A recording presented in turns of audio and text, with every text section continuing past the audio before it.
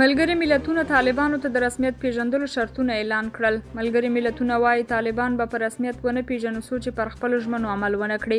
د ملګرو ملتونو عمومي اسمبلې تېره پنجشنبه یوه پرېکړه لیک تصویب کړ چې پکې طالبان د بشري حقونو په ځانګړې توګه د ښځو له حقونو په سرغړونې، د یو ټولشموله حکومت جوړولو کې په پاتې راتلو، د اقتصادي نظام په سقوط او په بشري او ټولنیز کړکېچ تورن کړي او ویلي دي چې تر هغه به دوی په رسمیت ونه پیژني چې خپلو کړو ژمنو باندې عمل ونه کړي.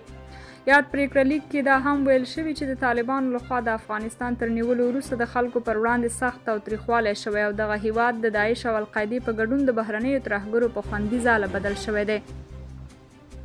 د اسوسییټډ پریس خبري اژانس په وینا په دې عمومي اسمبلې کې د نړۍ له 193 هیوادونو څخه 114 هیوادونو دغه پرېکړه لیک تصویب لپاره مثبت رایې وکارولې او روسیه، چین، بلاروس، بورونډي، شمالي کوریا، ایتوپیا، ګینیا، نیکاراګوا، پاکستان او زیمبابوې هغه هیوادونه دي چې منفي رایې ورکړي دي.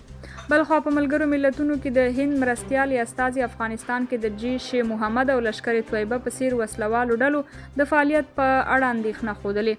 د هند مرستیال استازي آر راویندرا د ملګرو ملتونو عمومي اسمبلې ته وینا کې ویلي د افغانستان خاوره باید ترهګریزو فعالیتونو د ترسره کولو په موخه ونه کارول شي. هغه دې لړ کې د جیش محمد او لشکر طیبه وسلوالو ډلو نومونه یاد کړل. د پاکستان استازي بیا د ملګرو ملتونو د غونډې ته وینا کې ټینګار کړی چې د طالبانو له ادارې سره د دوامداره تعامل وشي چې شته د بشري وضعیت او نورو برخو کې اندېښنې ځواب شي.